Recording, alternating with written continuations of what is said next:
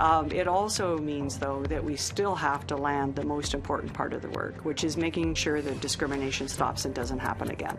Tonight, the final hurdle is cleared to compensate families affected by Canada's child welfare system. I was finding Chuck's heart, and yeah, it was pretty good. Plus, teens from James Bay Cree Nations learn medical care. We've seen in the last few years the exponential rise of Indigenous contemporary practice. And a Montreal museum is bringing an Indigenous lens to art.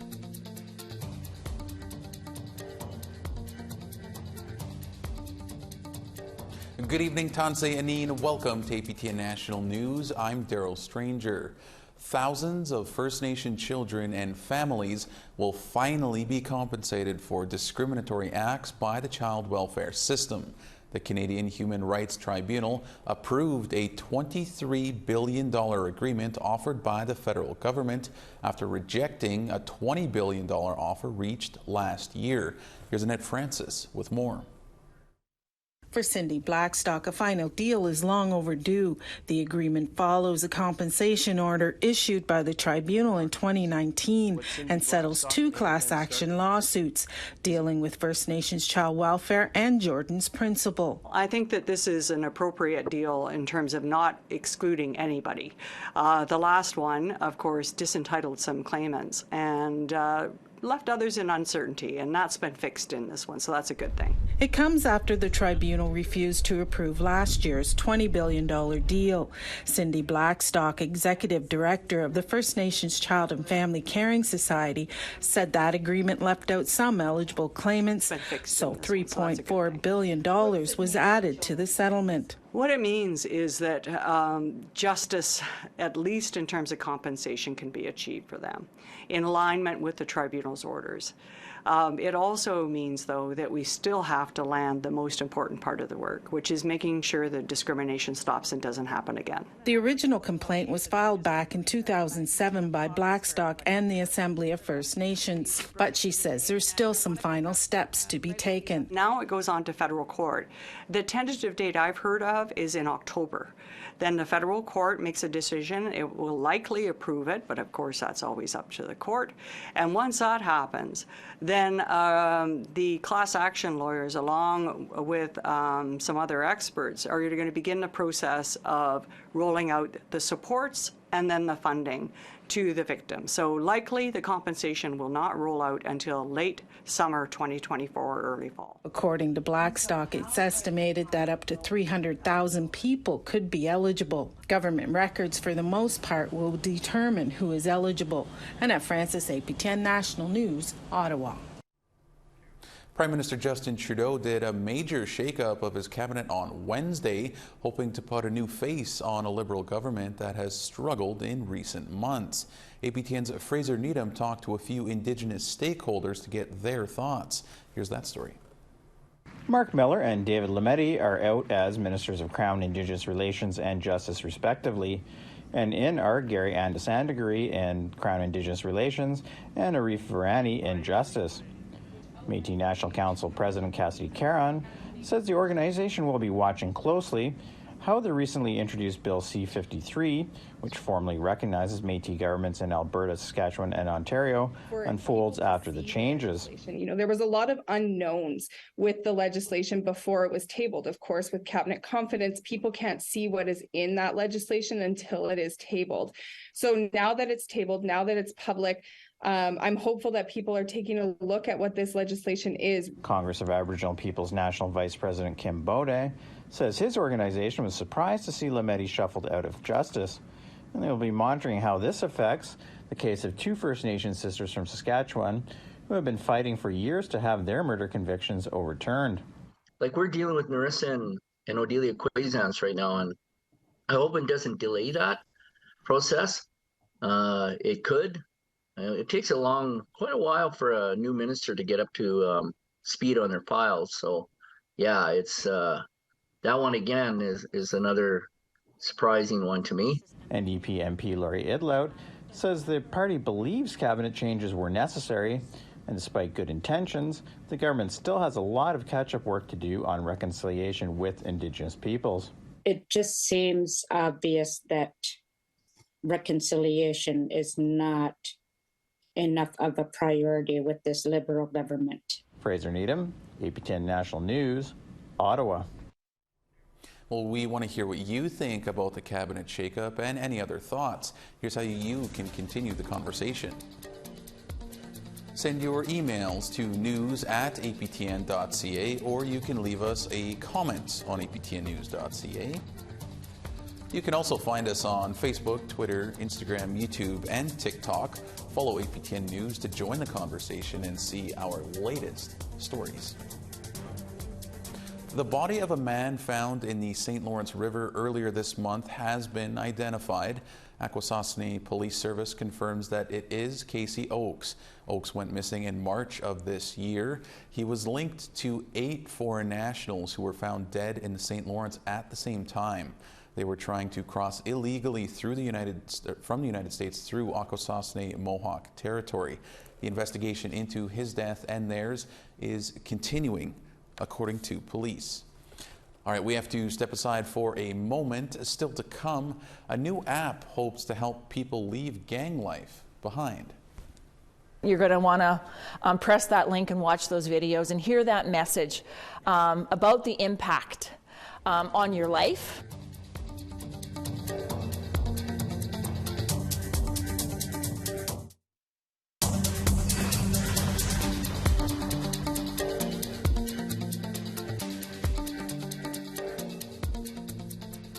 Welcome back to APTN National News. Help is only a text message away for Manitoban youth trying to leave the gang life behind, thanks to a new digital prevention campaign inspired by video games. Hey, I'm having a party later tonight. You guys should come by. It'll be fun. Yeah, she's new, but she's already my top earner. So, who's ready to party? The Gang Life is No Life campaign is made up of 3 short videos touching on drugs, exploitation, and violence. Current slang and dark imagery similar to a popular video game franchise is used throughout to catch teenagers' attention. The RCMP and Winnipeg Police Services partnered with ex-gang members and youth support organization The Link to develop the program. Their CEO, Carrie Irvin Ross, says a simple anonymous text message to the phone line will help youth who feel there is no way out of the gang life. You're going to want to press that link and watch those videos and hear that message about the impact on your life and on your future if you're involved in gangs. And also, most importantly, hearing that there's hope and that there's a person or people that are ready to wrap around you, will not judge you, and provide you that protection and the services you need to create that off-ramp. But the one thing that's really important, getting back to the anonymity, is that the youth will lead that process. We're not going to go out in cars and pick them up and say we're going to rescue you. We're going to say when you're ready, you let us know, and we're here for you. Today is the official opening of the 2023 World Police and Fire Games. The 10-day multi-sport Olympic-style competition features athletes from over 70 countries. As many as 8,500 participants are expected to be in Winnipeg for the Games. But tonight's opening ceremonies will also be the focus of a protest. For more, we're joined by James Wilt with the group Winnipeg Police Cause Harm. James, thanks so much for joining us here today. You recently wrote an opinion piece on why the World Police and Fire Games in Winnipeg sends the wrong message. Can you explain why? Absolutely, yeah. So since the summer of 2020, we've seen a lot of protest and resistance against police violence in Winnipeg and, of course, around the world. And this has most recently culminated in the blockade at Brady and the families and loved ones of missing and murdered Indigenous women, girls, and Two-Spirit people who are calling out the Winnipeg Police specifically for their inaction in searching the landfill. And so we think because of this recent history and because of what is going on in terms of the demands to search at Brady and Prairie Green in the context of police inaction, we think it is grossly inappropriate for the World Police and Fire Games to be hosted in Winnipeg. Further, these games are costing a great deal of public funds Altogether, we've calculated that they're costing about $9.3 million between the 3 levels of government, and we think that that's money that could be far more effectively used to keep people safe through things like housing, safe consumption sites, food distribution, and so on. Well, and James, the Athletes Village it's going to be pretty close to the Camp Mercedes that's set up, a camp by people calling for the landfills to be searched for their loved ones. Why do you think that's problematic? For sure. I went down there the other day to just check in on how they're doing, and it is like immediately beside Camp Mercedes. And quite ironically, Athletes Village has a teepee of its own, but the entire Athletes Village is fenced off. It's accessible only to athletes, family members, organizers, and volunteers, which means that people who want to use the forks for any other means during what would be sort of the peak of summer are denied access. And this includes people at Camp Mercedes and the families and loved ones of missing and murdered Indigenous women, girls, and Two-Spirit people. And so we think that this is, or I think that this is like a really exemplary instance of why the World Police and Fire Games are so inappropriate, is that there are going to be up to 8,500 more police, immigration agents, correctional officers, and so on, who are going to be at the Athletes Village, and it's kind of almost salt in the wound, the fact that these families and loved ones have been fighting for police to do something, to do anything, but we're just seeing increased repression against these people. So I think it's just a really bad look for Winnipeg that attempts to pride itself on supposed reconciliation, and it's going to be a tough time for Camp Mercedes to deal with the fact that there's going to be so many more people like this in their vicinity. Well, and there is a protest planned for tonight for the opening ceremonies. So who's taking part in that, and sort of what's expected from that? For sure. So we're starting at Central Park at 5 p.m. and leaving at 5:30 p.m. And the idea here is that there's a long-standing bike ride called Critical Mass, and the idea of that is just to take up space in the streets, and so this has been going on for a long time, and so it just so happens that it falls on the last Friday of every month, which coincides with the opening ceremonies of the games. And so there will be many people who will be coming out, and we will be doing a bike ride throughout the downtown and meeting up with people who are on foot at around Broadway and Hargrave, which is adjacent to the opening ceremonies pathway to Canada Life Centre. And the idea there is just to have a really visible representation of opposition to the games, that not all of Winnipeg supports these games, and the extensive use of public funding to do so. So we're going to be calling for obviously searching of the landfills, and for money to be used for other things that actually help keep people safe instead of just parties for cops from out of town. And James, last one for you here quickly. The games run for 10 days. Do you anticipate any other protests happening? I think so, and I believe that the games themselves are anticipating them as well. It's been reported that there are special protest zones that are being set up at each of the events. We'll see how things go at those sorts of spaces, but I think the idea is certainly to keep the momentum going. I don't think there's an intent to necessarily disrupt the athletes or the sports themselves, but it's just to, again, visibly remind people who are coming in from out of town that Winnipeggers do not support the use of public funds in this way, and that we're going to continue to call for other uses of public funds, not only during the games, but well beyond it as well. And James, we'll have to leave it there, but we certainly appreciate you coming in and taking some time for us. Thanks so much for having me. And as mentioned, a large protest is planned for this evening ahead of the opening ceremony for the Games. A statement to APTN News from the Chief Operating Officer of the Games says they respect everyone's right to freedom of expression and that everyone has different opinions. They say they are thankful and grateful for everyone working together to have a safe and positive experience over the next 10 days. And we'll have more on this story on Monday. Well, high school students from 4 Western James Bay Cree Nations attended Queen's University in Kingston this week to see if they want to explore a career in the medical field. Annette Francis explains how technology helped them get hands-on experience. This week's career camp isn't just for fun and play. It's a chance for some hands-on learning. Is it like more down, or? It's the first time 19-year-old Alicia Sutherland has seen an ultrasound. I was finding Chuck's heart, and yeah, it was pretty good. I was like seeing the heart pump and like the valves and everything. That was great. Sutherland is from Fort Albany First Nation. She is one of 15 students taking part in the program. Those are the valves.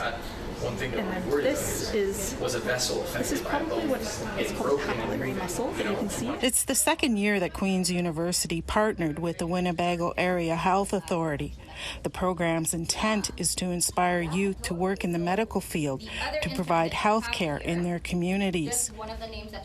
This year they came from Attawapiskat, Moosonee, Moose Factory, and Fort Albany. Dr. David Taylor says it's meant to provide them a glimpse of health professions. What careers they could pursue and how they would go about training to become a nurse, a physician, a physiotherapist, occupational therapist. There are so many opportunities out there, and they're just so hard for them to see and access from their communities that we want to provide that vision. Over the course of the week, the students will do workshops on anatomy. He might have a cough, he might have difficult breathing, depending on what the scenario entails. And have an opportunity to check out the university's high-tech virtual reality simulation lab, where they can perform surgery on a mannequin with interaction through a headset. There's also suturing techniques. Beautiful. Okay. All right. And so now the question is how to tie it. It's the perfect place for 16-year-old Darlene Ludit, who's from Attawapiskat. Her favorite workshop so far is learning how to suture. I want to become a surgeon. And I've been wanting to become a surgeon since I was in second grade. Why do you think surgeon? Just to help people. According to Taylor, the plan is to expand the program to include students from Peawanuck and Saskatchewan First Nations next year, something Sutherland recommends. They should definitely sign up for next year because it's really fun, especially the ones who want to get into the health field, the medical field. It's pretty cool. Annette Francis, APTN National News, Kingston, Ontario. All right, it's time to pause the news program one final time here. A look at the forecast heading into the weekend is coming up. Plus, Indigenous creativity is on display in Montreal. If you go up close, there's so many different personalities, different characters inside them.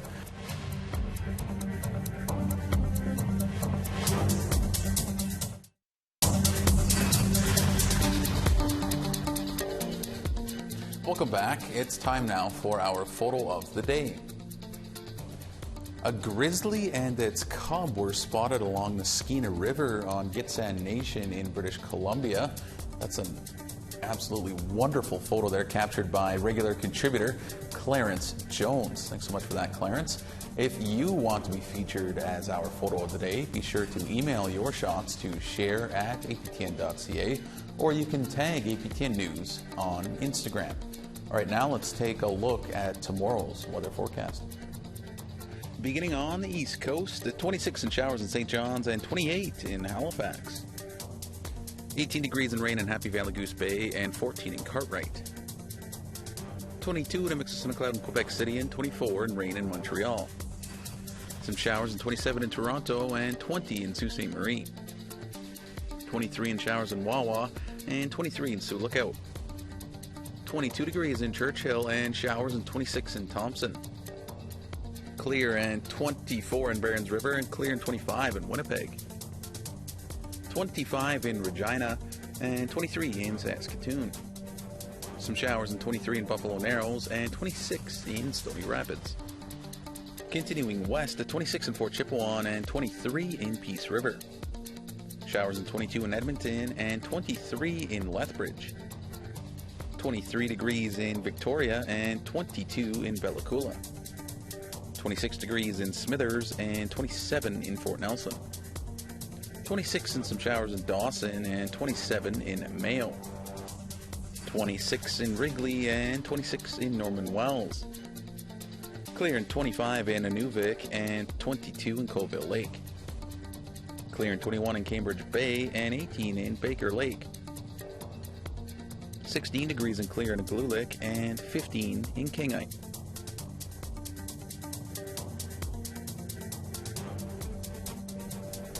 The Fine Arts Museum of Montreal has appointed its first ever Indigenous arts curator. They've been on the job for less than 2 months, and they're looking forward to bringing more visibility to Indigenous art. Amelia Fournier has more. If you go up close, there's so many different personalities, different characters inside them. Like how many beings are in this one, you know, and the wood grain looks so fine and soft. Artist, curator, and author Leolia Shragi has traveled around the world meeting Indigenous creatives. We've seen in the last few years the exponential rise of Indigenous contemporary practice, and with this exhibition you can see also that many artists who work in customary forms are innovating, and they're also taking their just place in the contemporary art space. Shragi eventually landed the job of Indigenous arts curator at the Fine Arts Museum of Montreal, where they are admiring Tahltan Tlingit artist Dempsey Bob's exposition, which launched about a month before they started their new job. It feels like a really beautiful alignment of energies and the right kind of opening to Indigenous artists of the Americas for someone like me coming from a bit further afield. Shragi is a member of the Samoan clans of Samoan-Tufa and Tautua from the Samoan Islands in the Pacific Ocean. As an oceanic Indigenous person, water is a sacred connector, it's a highway, and so the connection with the rivers and the lakes here is a way for me to really feel grounded and connected to everyone. Shragi identifies as Fa'afine, a Samoan fluid gender identity, roughly translating to in the manner of a woman. There are also Fa'afatama people in Samoan culture, roughly translating to in the manner of a man. Fa'afafine and Fatama are really known for being the language teachers, the storytellers, the dancers, the aesthetes. In other archipelagos, a similar gender formation would be the people who hold cultural knowledge and who are kind of like extra parents. In their role as Indigenous arts curator, Shragi says they will bring more programming for Indigenous peoples locally and internationally, including welcoming community groups and more Indigenous solo exhibitions. I'm really looking forward to continuing to champion Indigenous practice from here and from around the world in this place. It's well needed in Quebec. Amelia Fournier, APTN National News, Montreal. The Yukon could be hosting the Arctic Winter Games earlier than expected. That's because it's tossing its hat in the ring to host the 2026 Games. The territorial government is committing over $4 million in financial support, as well as an additional $350,000 worth of in-kind contributions. Yamal, Russia was scheduled to host the 2026 Games, but was booted by the Games International Committee for its attack on Ukraine. Yukon's capital city of Whitehorse was set to hold the Games in 2020, but it was forced to cancel due to the COVID-19 pandemic. It's not set to host again until 2032. Territorial officials say the Games are expected to cost $9.5 million and won't require any new infrastructure. Certainly be keeping an eye on the decision for that. All right, that's going to wrap up our show for this Friday, July 28th edition of APTN National News. For more Indigenous news, you can check out our website, aptnnews.ca. For all of us here, thank you so much for joining us. Miigwech, Kinanaskmatan, and have a great night and weekend.